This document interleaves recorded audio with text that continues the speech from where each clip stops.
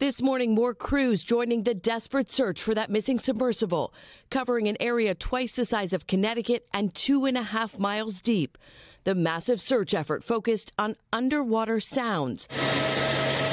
First picked up by a Canadian plane on Tuesday and heard again at times on Wednesday. Searchers trying desperately to isolate the sound and its origin.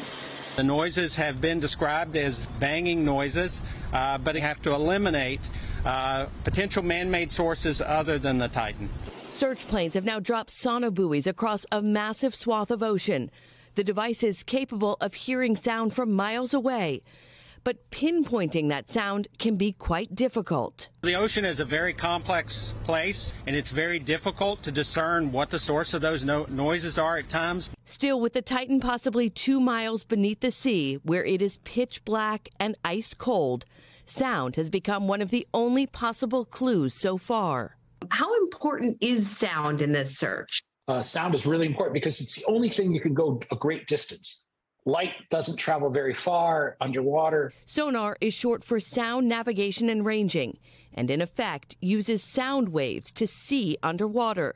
Late Wednesday, a long-awaited French ship with a high-tech remote-operated vehicle arrived.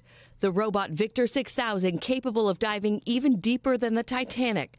Perhaps the first time searchers will actually be able to put eyes on the Titanic wreck since the submersible disappeared. They bring some state-of-the-art equipment, and so once they get on, we're going to have more assets down to look, and we'll continue to put them where we think the best location is. Trying to pinpoint a tiny submersible with high-tech tools from around the world. Now, the Coast Guard has said repeatedly that the amount of oxygen left is an estimate. So whatever times we may have heard, this is still a very active rescue operation. Hey, thanks for watching. Don't miss the Today Show every weekday at 11 a.m. Eastern, 8 Pacific on our streaming channel, Today All Day. To watch, head to today.com/allday or click the link right here.